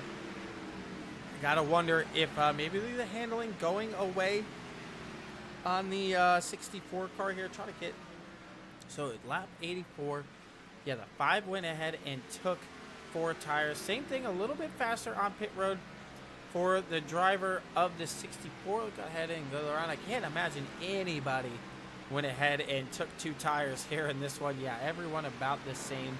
LaFrance a little bit slower of a stop. Maybe had a little bit of damage he wanted to finalize there from the incident earlier in the race, but really eating into Mullins' lead. Now has it down to under 4.5 seconds. How much is that? Is the 64 baby in the car trying to stretch this fuel load to make sure it's only one more stop for him or no more stops, because he's already 21 laps in. So looking like 40 is the mark that everyone, 42 for Michael Mark. He is all the way now back in 25th. We said just how long him staying out there on that set of tires, it was really dropping him in speed. Now again, if he can make it 42 laps from when he last pitted, could it be a race-winning move? He does find himself trapped a lap down right now. Unfortunately, I don't see this panning out, but I've seen wilder things here on iRacing. So it's something we're going to have to keep an eye on, because he has only been out here for a couple laps. Well, maybe about 10 laps now for Mark there. Yeah, well, I believe we start to get our data after 6 laps. We'll see what crosses the line here, as he's in a battle with Lilith Peters, who's still surprisingly struggling here this evening. But I imagine we'll have a bounce-back week for her as Mark comes across the start-finish line here. Well, let's see if we can do the old refresh here. Yeah, still not enough data, not enough laps turned. So, yes, definitely, still there's potential. I'm not saying it's a lock. I'm not saying his race is over. But he was the only one to go over the 40-lap mark. He made it 42. He only will need 38 from his last pit stop. And right now, that's right on the money for Mark in the 25. So if everyone has to pit and he's able to keep that car up front, the real issue is just track position. He is so far behind the leaders, even if they came on and off pit road. With maybe 10 or so laps to go, they might be able to just blow right back by him on a fresh set of tires while he is still attempting to fuel save. Well, Connor LaFrance continuing to eat into the lead. of the 64. You see the roll bar right in the way, but then you see that car heading into 3 right there. Is your leader. Has it down to 2.7.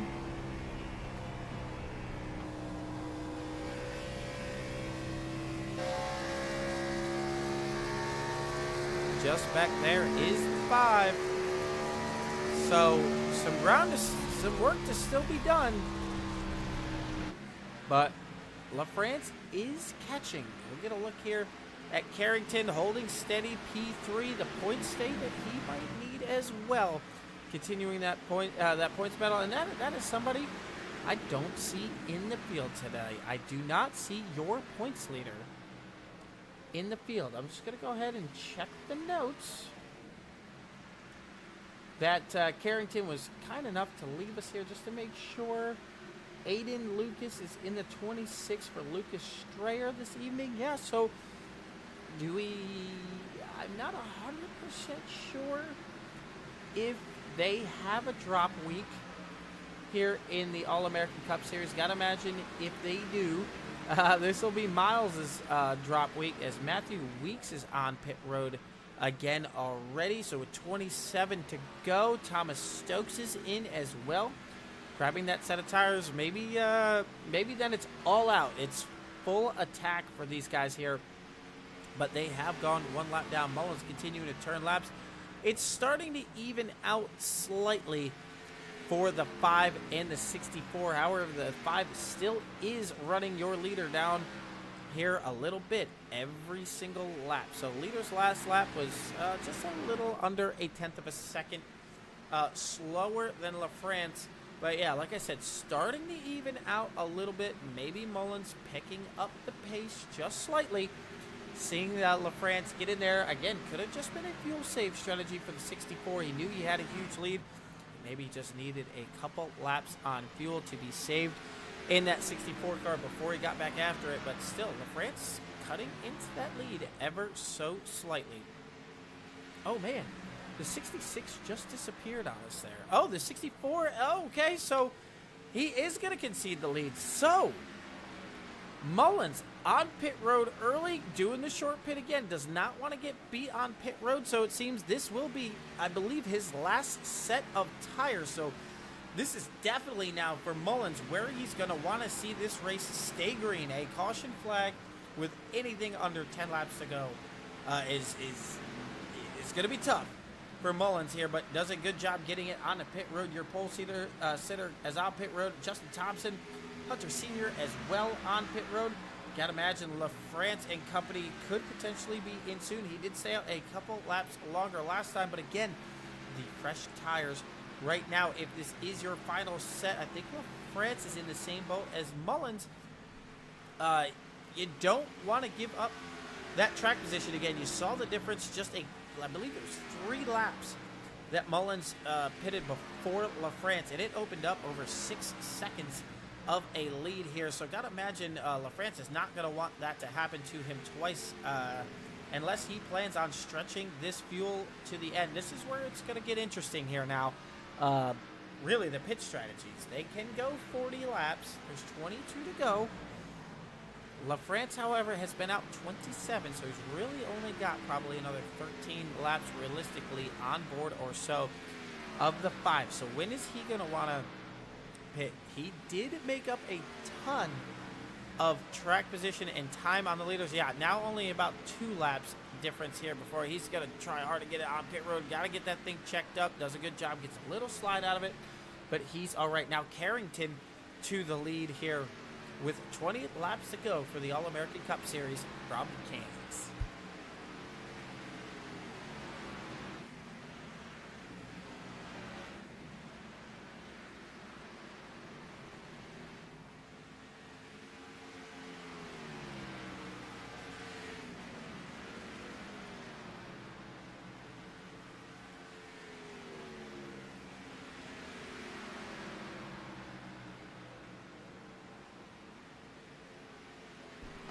So a couple more guys on pit road here.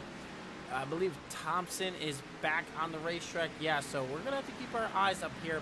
Now this is the top 3 that we've come accustomed to here, the All-American Cup Series. Carrington, White, and Lilith Peters. But still pit stops to be made by these guys here. Now here's the 25, was in the mix earlier. As you see, Thompson has already gone by him. He likewise stayed out a little bit longer last time. Yeah, 8 laps longer. So he's only 25. He's got 15 with 19 to go. I don't know if he's going to be able to stretch it quite that far for the 25. Having to save 4 laps of fuel, that's going to be a lot to ask, as Curtis White has now entered pit road, got that car on pit road just fine here. Could we see anybody, especially somebody like Carrington here, maybe go a little crazy? Go ahead and put 2 tires on and get away from this field. I doubt it. Curtis White going to go ahead and opt for 4 tires. Lilith Peters is going to lead her first lap of the race with 18 to go. Carrington on pit road as well. So we'll get a look at the 9 cars pit stop here as he makes his way into his box here. Looking like definitely right side tire is gonna go up on that car here. We'll try to change our camera because for some reason we have almost like a blimp camera here as they're on pit road. Of course, it's not gonna want to give me the camera angles that I want for this one, but Carrington down and away. Lilith Peters on pit road this time as well. So the 25 gonna inherit the lead of Brandon. Yeah, I cannot find our camera. I'm looking for the spotter stand because I always have that one available, but right now, not working for us. So Barakowski, could be Kowski. You correct me, Brandon, later in the race if we get the opportunity to talk to you on how to pronounce that last name. But again, mid-pit cycles here. 29 laps around on this stint here for Barakowski. He went 39 laps, so 10. That will leave him 6 short. We saw earlier in the race, it looks like Silvers and the O2 there as well went 44 laps. A couple more guys were in the 43. So is anyone going to attempt to stretch it? That is going to be the question, as you're going to see Thompson and company go around here. Ken again with an absolute heartbreak, devastating pit road entry that led to a hold on pit road with a guy who was leading the race. So now it's back. So Brandon P1, Zachary Metz there, P2, James Silvers there, Christopher Hellers, Dominic Russo rounding out your top 5. Still pit stops, I gotta assume for these guys, but I don't want to put words in their mouth just yet. If the 25 can stretch it to the 43-44 margin, as some of these guys have, if he has been saving fuel potentially this entire run, can he make it to the end? It's possible, but is it probable? The other thing you got to think about is Mullins is the first guy out there on fresh tires. He's 16 seconds behind right now, but he is absolutely 1 second a lap faster than the leader is right now. Silver's now on pit road. You see it there on the left side of the screen. So even if the 25 does not come down pit road, Mullins still has a chance to get there. I know it looks grim if we're sitting up here looking at the 25 right now and you're saying 14 seconds, really? Yes, 14 seconds, it is possible. If we go up here and get a look at the leader's last lap compared to Mullins, that's 1.2 seconds a lap, and that is enough to get him there. He just has to stay consistent. Now with only, oh man, that lap, not quite as much for Mullins. Is saying 1.3, but according to the relative, not quite there. He really's got to pick up the pace, but also is the 25 going to back his pace down to try to make it? He's got him down to 13 seconds. We just said 2 laps ago it was 16 and 15 seconds. So LaFrance is in the same boat. LaFrance is still right there, only 2 seconds now behind Mullins. So these guys LaFrance is also going to try to run down Mullins in front of him. He knows that potentially is for the win, but Brandon in some traffic. I don't think he's really worried about tires at this point. Might try to be taking advantage of the draft and the toe off of these guys here. Maybe being able to clutch it just a little early. Like I said, it's possible, but is it probable? He is off the throttle early. Really babying it. Really not getting on the throttle at all until almost a little over 3/4 of the way through the corner. I think if he's on a fuel-saving run, personally, I would have liked to see him back out of it just a tad earlier with a big enough lead right now. He's really not racing Hellers. He's going to be racing Mullins out there on the racetrack. So Mullins now has it under 12. And Mullins back now to P2 as Christopher Heller Jr. has made his way to pit road, figuring he cannot make it. So unfortunately for the 16, that is going to bury him deep in this pack here this evening. And once again, I want to give you guys all a shout out. Appreciate you guys tuning in on YouTube and Twitch here this evening for the All-American Cup Series. We are under 10 laps to go, make it 8 laps to go. We're watching to see if Mullins can get there or if Brandon can pull out an absolutely unreal pit strategy.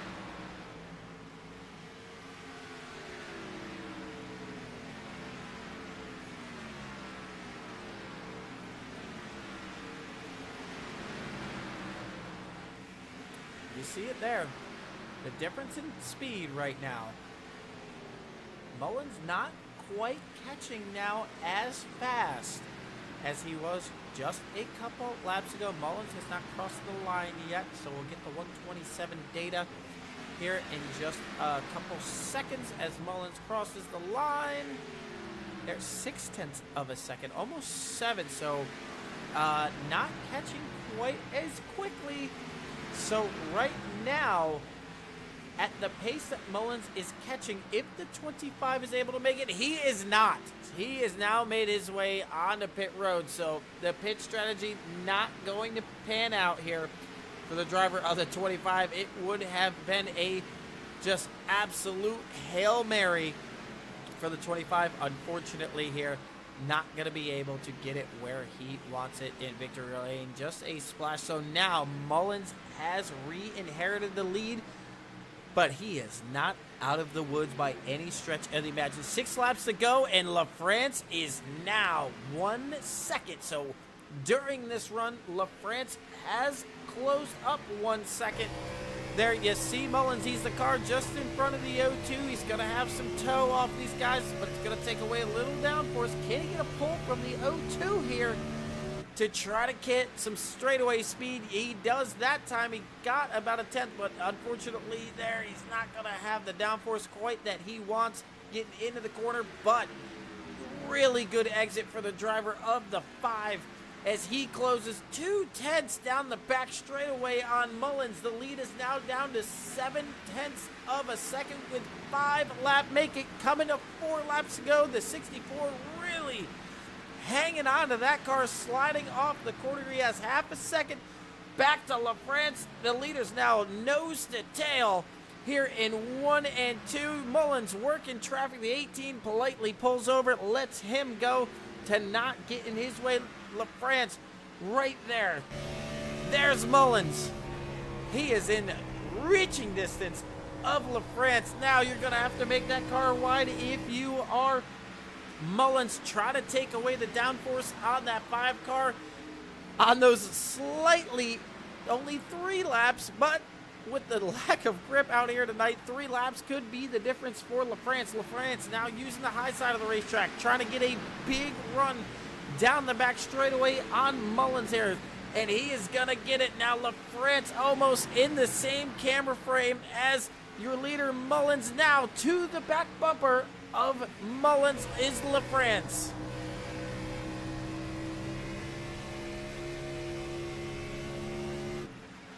Two laps to go from Kansas. Mullins has it. LaFrance wants it.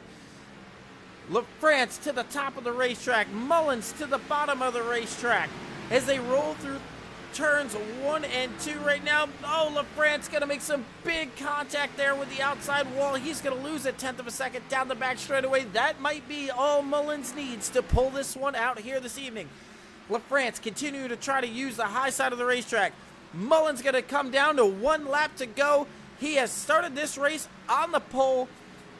Gets some adversity, having to get off sequence with the tires. Got a huge break with the caution. Was hoping and praying that this one stayed green for him, because this is exactly what he wants.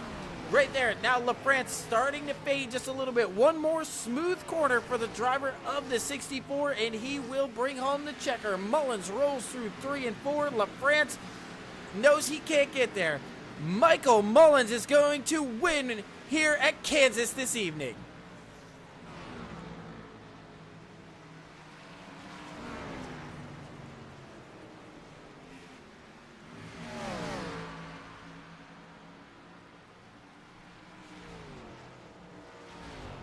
Boy, that got closer than I really expected there this evening. Mullins, I didn't know if he was going to catch the 25, if the 25 was going to be able to pull off the Hail Mary move there on fuel. Unfortunately for him, he was not. Still came home 17th, so all is not lost for the 25 car. Obviously not the way he wanted to finish the race. Curtis White's going to pull up to the back bumper of the 64. Show him a little of the 45 getting some damage there after the race. But tonight belongs to, Curtis, don't wreck it at the end. But tonight belongs to the driver of the 64 from the pole. Gonna go ahead and burn it down on the front straightaway here from Kansas. Let's get a word with tonight's winner, Michael Mullins.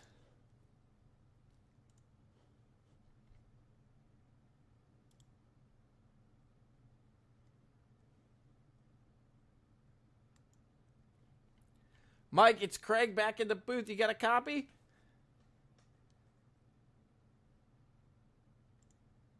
Oh, I think Mullins. I think he's celebrating right now. I think he's got his Discord muted right now. Let's get him down there with his team for right now.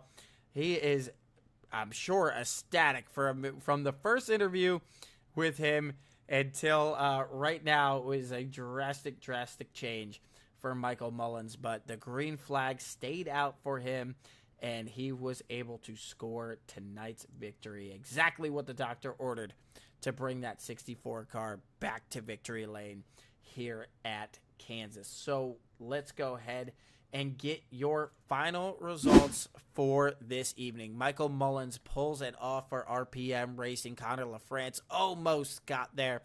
Comes home P2. Casey Carrington, Justin Thompson. A good run, a great run for Justin after a just brutal couple weeks there for the driver of the 3 is able to come home with a top 5. Curtis White. Matthew Meeks comes, Meeks. I keep seeing Meeks. Weeks comes back and battles back for a top 10. Dayton Taylor as well after a rough qualifying effort. Really, these next 3 rough qualifying efforts. Dayton, Kyle, and Lilith all scoring top 10s here. I told you that Lilith would figure it out, and she did. She got herself up inside the top 10, and then Hunter Sr. there grabbing the top 10 there. Thomas Stokes, almost another RPM driver. Almost 3 of them in the top 10. Just going to come home 1 position shy in 11th as you get a look at the rest of your finishing order here this evening. Unfortunately, Heller Jr. there. Just trying to stay out a little too long. Just trying to play the long game there. Going to come back 1 lap down is a big burnout there for the driver of the 64. And get a look a little further back in this one. Craig Martin finishing 107 laps down. Did not see if anything happened to Mr. Martin there this evening. A big heartbreak there in the 09. Ken finishing 2 laps down in 25th position after a green flag pit stop, and it all went sideways for the 09 car. Really tough break for him. But let's see if we can get a word with a couple of your top 5 finishers here this evening. Let's see if we can move some of these guys around. Get them lined up in this one.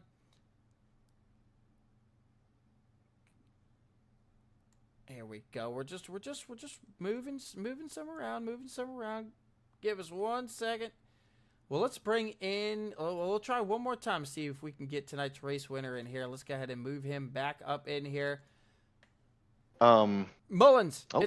it's Craig. Hey! I caught you in the middle of it. We're in a better mood this time, aren't we? It worked. That I mean, just tell you what. I mean, first thing I want to give a shout out to Connor in the 5 because on the restart, I feel like I left him a lane. It may have been a lane and half a tenth of one, but I heard him get the wall out of 2, and I stepped in the middle of turn 1 and 2, and it just rode up a lane. If I put him on the wall there, I sincerely apologize because obviously that here end kind of determined the race. But he had such an incredible rally with like 20 to go. I think he was trying to bait me to the top, and I ran the bottom all race. It was where I was making lap time. I wasn't going up there, and thankfully it worked out. But yeah, dude, from not being able to restart the car to a lucky yellow, and here we are. I can't believe it. Well, you got the car up front and just never gave it back. Kind of dominating fashion. I know you were LaFrance was 2 seconds behind you after that pit stop and got to the back bumper. Mm-hmm. Obviously, you were nervous and watching what he was running. But did you think the 25 was going to be able to kind of stretch his fuel? Were you worried about like, hey, if I don't get here and he stretches the fuel, this could, oh man, what kind of heartbreak that could have led to? I had ran the numbers on the final caution, and there was really no way to one stop the final stage. It was going to have to be a 2-stop if it went green from there. So I can't say I was worried about anyone saving on fuel, but I tell you what, not saying names, not saying numbers, but I didn't get any help from lap cars. I'll put it to you that way. Yeah, there was only about one that I noticed that just was like, here you go, you guys raced it out. That everyone else was taking away your air. I tell you, yeah, there's an etiquette issue, unfortunately, and it comes from people running in 28th. And it's a lesson that I had to learn the hard way because I've been that person once or twice, and I understand that there's no place for you to be there. Trust me, I'm still living through the memories of when I made that mistake as a lap car last season. So it's at some point you just kind of shut up and deal with it. And I just tried to make the best lap time I could around the cars that were on track with me, and just barely held on. I mean, just barely. But you held on nonetheless. Anybody you want to give a shout out for? Obviously, you got to give a big shout out to RPM there. But anybody else that makes this all possible for you, grabbing the victory tonight? Yeah, of course. I mean, my teammates Thomas and Curtis White, Thomas Stokes in the 66 and 63. Two of my best friends I could ever ask for. I've known them for 12 years now, and I wouldn't change a thing. They're two of the best people I could race with on any day. Our other teammate, Elijah Cole in the 65, couldn't make it tonight, so big shout out to him as well. Aside from that, it's just thanks to whoever built the fix setup for Kansas, because I finally in this car got a loose setup. Yes, and you did. That thing was a handful. It sure was, but I have been very, very vocal about I struggled to drive a car off the right front, but the second you put a car on the right rear is where I shine, and I feel like that showed it today. So I'm very, very happy with that. Well, congratulations on the win, buddy. I couldn't be more ecstatic for you. Hey, thank you, Craig. I appreciate it, man. I hope it was fun to watch. Well, it definitely was. Let's get some more thoughts for some here from some of your top 5 finishers here. Let's bring up the guy who finished just one spot shy here tonight, Connor. What more did you need to get it done? A close battle there at the end. Got a little bit of the wall, but an impressive run to run him back down there in the final few laps. Yeah, we were definitely digging there for the last 5, but I mean, I needed just probably a little more tire to just to get at least to him and have something for a Hail Mary. But yeah, I just burnt my stuff up just a little too much having to get to him. Well, when you guys kind of were in that off sequence there, you were kind of in a similar situations as Mullen. That restart happened, you got spun, you had a little bit of damage. Did you have to go back down pit road? Did you end up using that set of tires, or were you on that off sequence of your tires like Mullins was? I know he was on his last set from having to go down pit road. Were you in the same boat, or did you still have one left? Yeah, no, when we had that little incident there, I had to take tires, and I only had about like 20 seconds of damage. It wasn't much, but yeah, I definitely had to take tires. So that put me off cycle. So that same caution that helped Mullins was almost your demise, but you still battled all the way back. Talk about that restart. We kind of saw it, but it was hard to tell really what kind of happened in front of you. You kind of looked like maybe you reacted in a little bit of a stack up, or was it? I believe the 39 was he just excited to go and just I don't want to call anybody out. Yeah, it was whoever was behind me. I'm not sure who it was, but I didn't even hit the gas for the green flag. I didn't have time to react. I saw the green flag for maybe a quarter of a second, and then I just got lifted.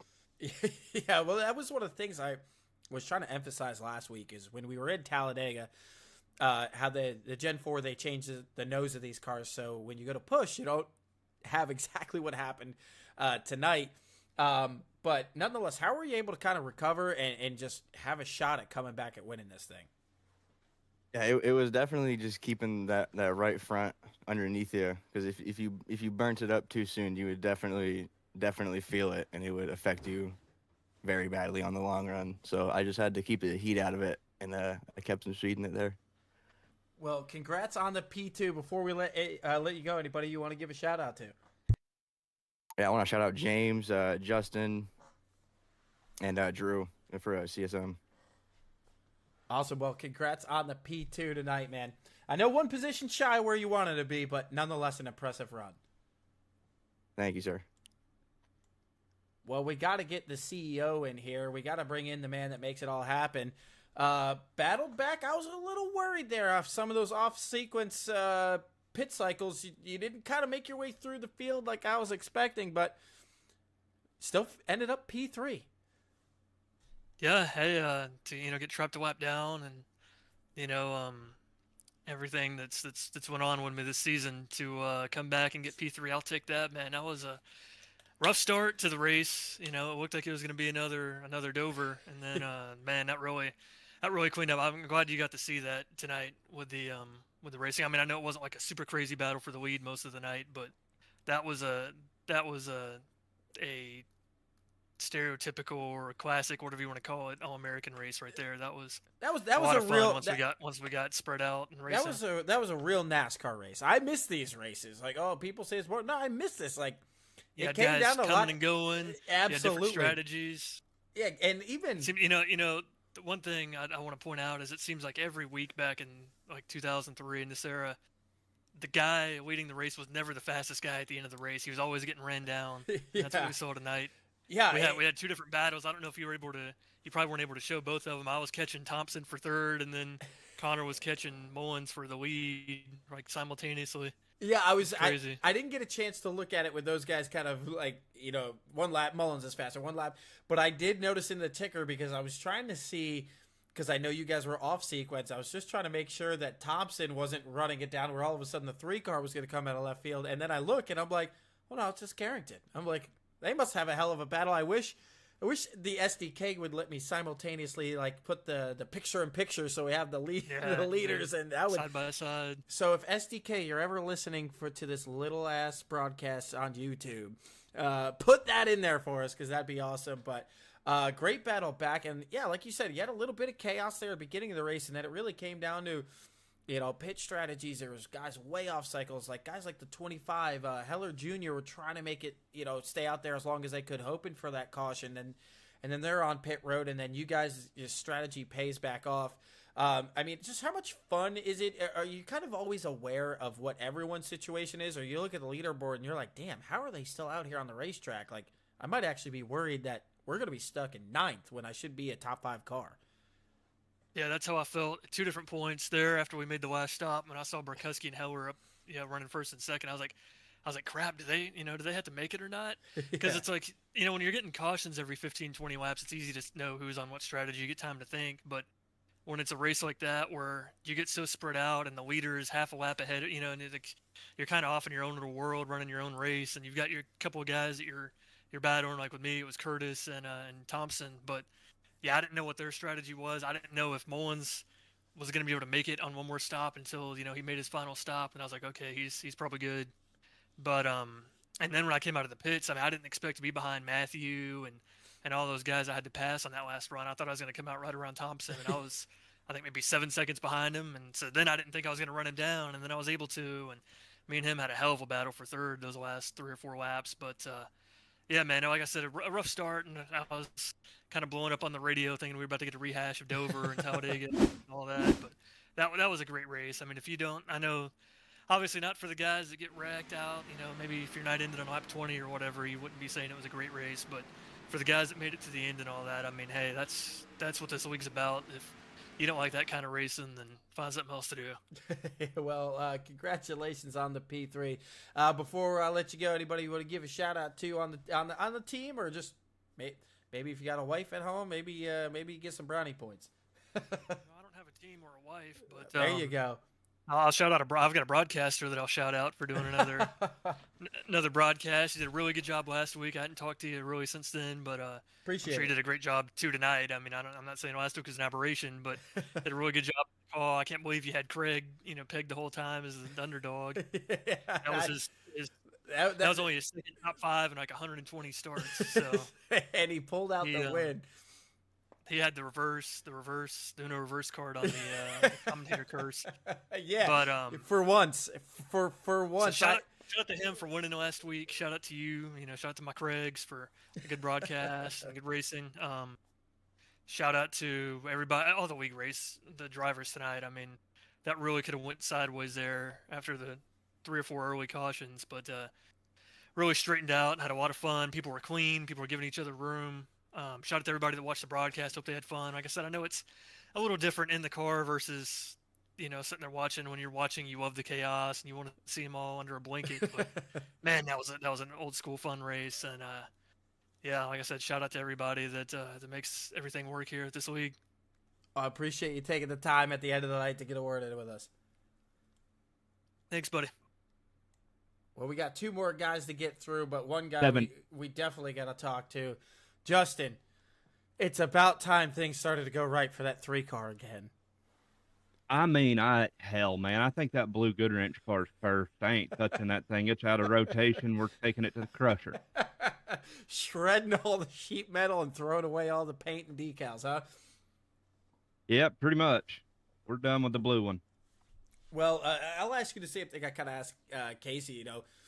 It was the same thing when guys started getting off sequence. You had, guys like Mullins. You kind of knew what his situation was, right? But then you had Heller Jr. You had the 25, Matthew Weeks, where you went on pit road. You come out, you got those fresh tires, and then you kind of stall in that like 7th to 8th place range. Is that something that you were kind of aware of that you knew was going to play off? Casey said, when you're all on the same schedule, pit schedule, and there's a bunch of cautions, it's easy to keep track. But were you in the same position as Casey that, like, hey, how is this going to shake up? I'm a top 5 car, but right now I'm barely hanging on to a top 10.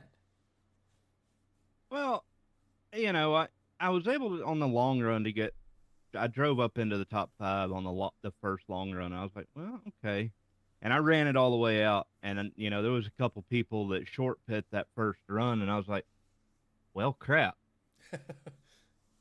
Well, crap. They're going to, the second run, they smoked us. They short pit and they were way ahead of where we were at. And I was like, damn, tonight was the first race we've really had fall off in the car. And, so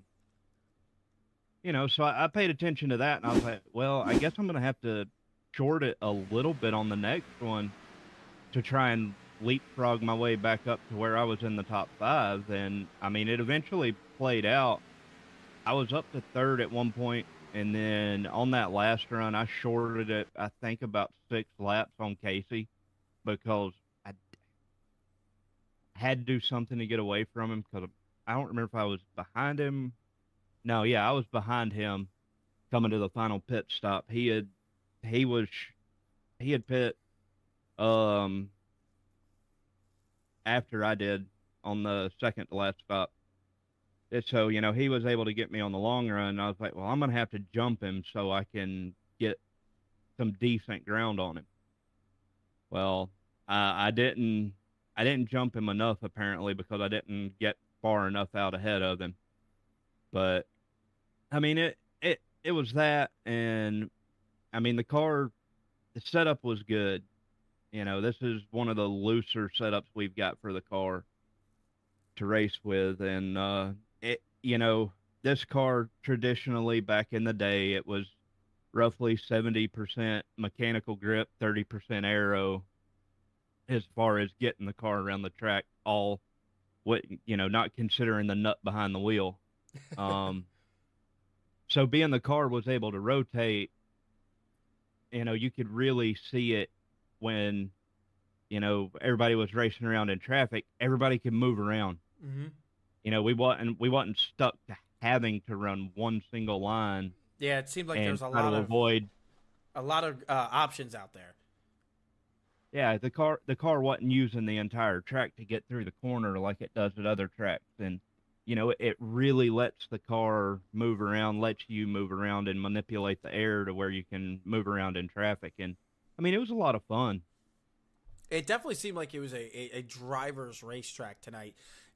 Seeing a lot of guys loose in the tri-oval, loose on corner exit, maybe pushing up a little bit in the middle of the corner, and then saw plenty of guys. You were reading the decals off the right rear quarter panel of the car coming off the corner. And like you said, I saw a lot of guys that glued to that white line. I saw Dayton Taylor, 3 inches from the wall. Guys like yourself and Kyle Leith are kind of down half a lane from the top, using more of the middle of the racetrack. So I loved this style. I mean, I'm a 90s baby.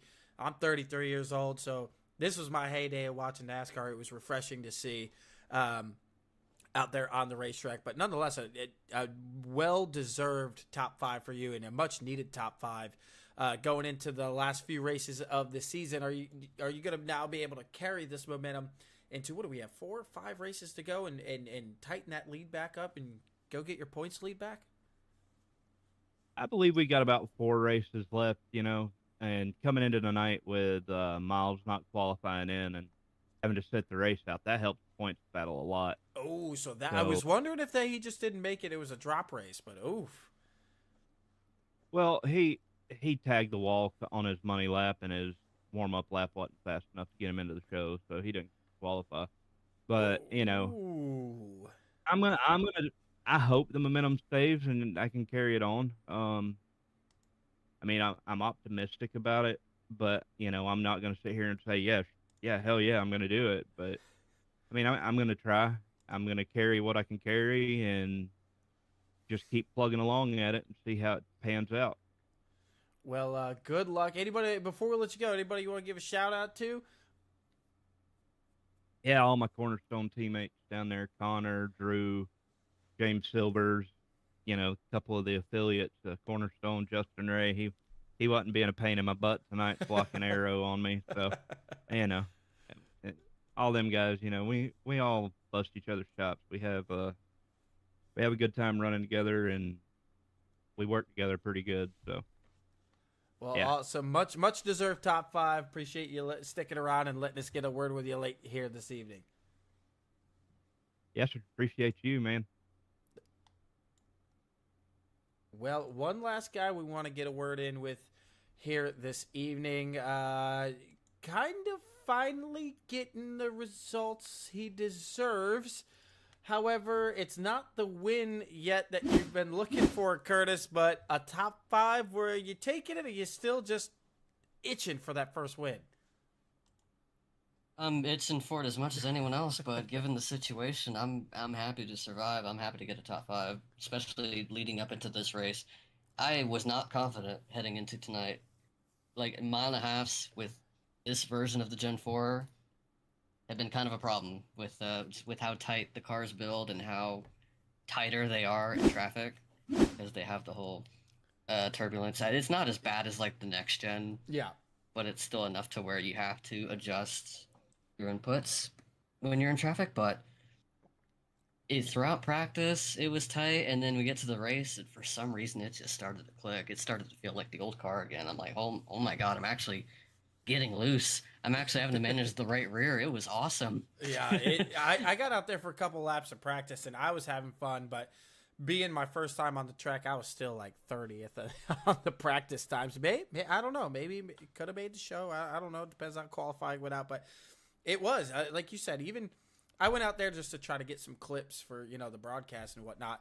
But then I got out there behind the wheel, and I was like, wow, this feels like this style of car, how exactly it's supposed to race. If you're going to get in there and drive it in there, you're going to abuse that right front. And then, if you try to baby it and you're hard off the corner, you got to save that right rear. I'm like, man, this car tonight is a driver's kind of setup. And is that what you think kind of Honestly, played into your favor? Especially like Thompson said, we were seeing guys 2 inches from the wall. We saw guys hugging the white line and kind of in between. And even you alluded to it, was just kind of how you had to play with, some of the things in the car when you were in that traffic to find a way through the field again. yeah, and I mean, the traffic really was the main thing that I had to deal with on that one restart, because we had a green flag run in. Most of us pitted.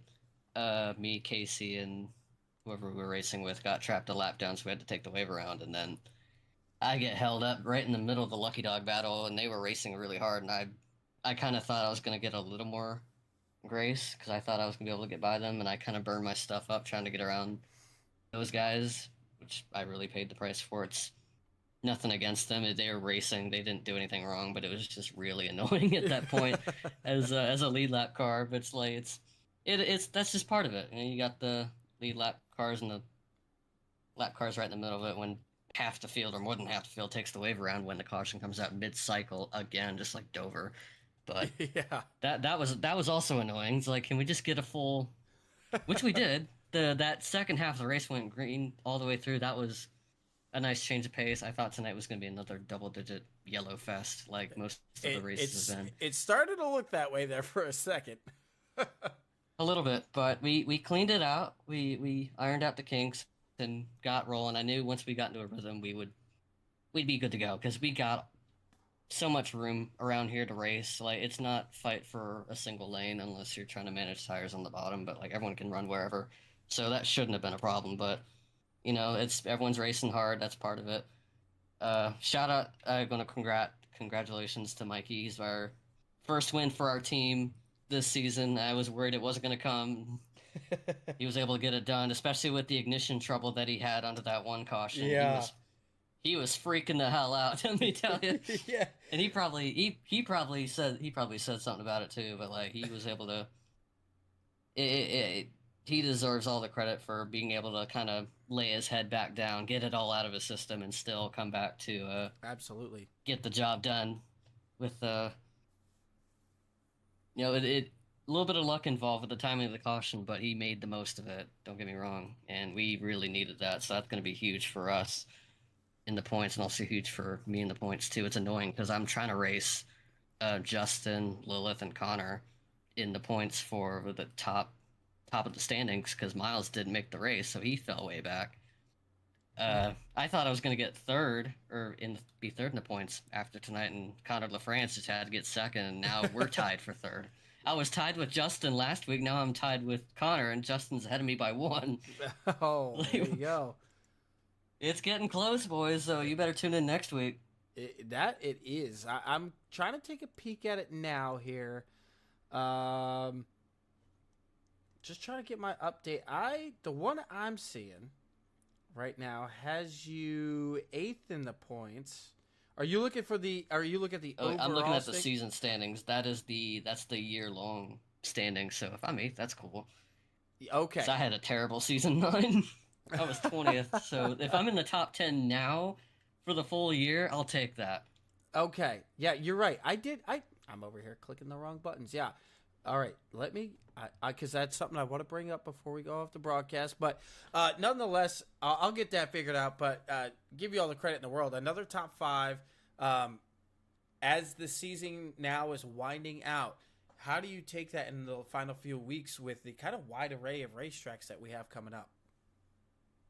I kind of treated tonight as a bit of a survival because just the mile and a half, it's kind of more of an equal playing field, and given how rough the mile and a halves have been in this league this year, but I think we got that out of the way. Richmond's next. That's also going to be a bit of a survival. I don't know how I'm going to run there. I feel like I can run good there.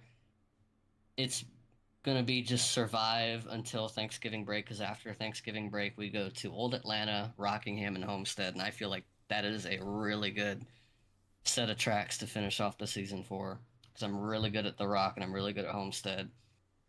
Old Atlanta, I feel like I'm getting better there. That'll be where I'm putting all my chips down, is those final 3 races, and for Richmond, it's just about surviving. Well, looking forward to that, but congratulations on the top 5 tonight. Thank you, appreciate it. Well, like he alluded to, I may have shown the wrong point standings. I think I clicked the wrong button early in the race, so this is completely my fault. So what I want to do here now is, I know it's not the clean, the prettiest look, but I want to give you guys, here, I'm just going to go and drag this large so everybody can see, because I think I goofed at the beginning of the broadcast here this evening. Let's bring this nice and big for everyone. So this was the point standings after Talladega. So I believe I had up the full year-long point standings. So Stephen Miles was your points leader by 13 points here, as you see Justin Thompson and Curtis White and Connor LaFrance. And I was wondering if Miles had just missed, but he did not qualify for the show tonight. So, going from Talladega to the results after Kansas, Lilith Peters now to the top of the standings for season 10. Justin Thompson just in behind Connor LaFrance, Curtis White, Casey Carrington, and Miles drops 5 spots. Dayton Taylor up to 7th as Chris Worrell loses 1 spot. And not much movement within the rest of the top 11 there. So now heading 4 races left in the season. I got to think a realistic shot, probably all the way until, I would say, honestly, within the top 10 is a realistic shot with 4 races to go. Mathematically, I'm sure it's a bit more, all the way probably almost till 20th. But I would say I would put it right at Stokes there at 10th. Any one of these guys or gals could come away with the championship here. And let's see if we can, let's see if she's still here. Let's get a word if she still is. I want to get a word now because Lilith, it's Craig in the booth. You got a copy? Hello? Hey, so I just want to get a word with you. Not the best qualifying effort. I was fairly surprised to see you mired back there in traffic. You battled back. You still finished top 10. And now after tonight, I don't know if you looked yet, but you're the points leader.